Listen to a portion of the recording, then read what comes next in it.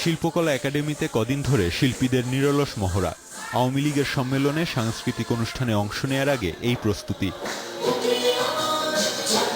সম্মেলনে সমবেত কণ্ঠে পরিবেশিত হবে জাতীয় সঙ্গীত।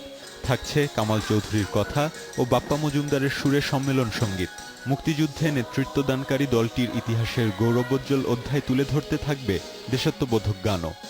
আমাদের চিন্তাটি হলো যে এই ছোট্ট পরিবেশনের ভেতর দিয়ে আমাদের জাতির পিতার যে অবদান বা ত্যাগ, পাশাপাশি আমাদের যে সংস্কৃতি ঐতিহ্য বাঙালির সেটির একটি প্রতিফলন ওই অংশটুকুগুলোতে থাকবে বলে আমার মনে হয়। গানের পাশাপাশি আয়োজনের একটি বড় অংশ জুড়ে থাকবে বিভিন্ন সাংস্কৃতিক পরিবেশনা।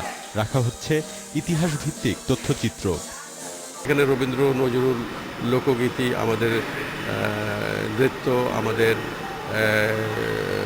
ক্ষুদ্র নৃগোষ্ঠীর পরিবেশনা, আমাদের দেশের বরেণ্য শিল্পীরা অংশগ্রহণ করবেন, সব মিলে স্বাধীন বাংলা বেতার কেন্দ্রের শিল্পীরা অংশগ্রহণ করবেন। নৌকার আদলে তৈরি মঞ্চের চারপাশে থাকবে এলইডি মনিটর।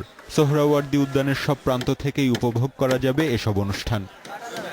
ইয়াসিফ আকবর, ইন্ডিপেন্ডেন্ট নিউজ, ঢাকা।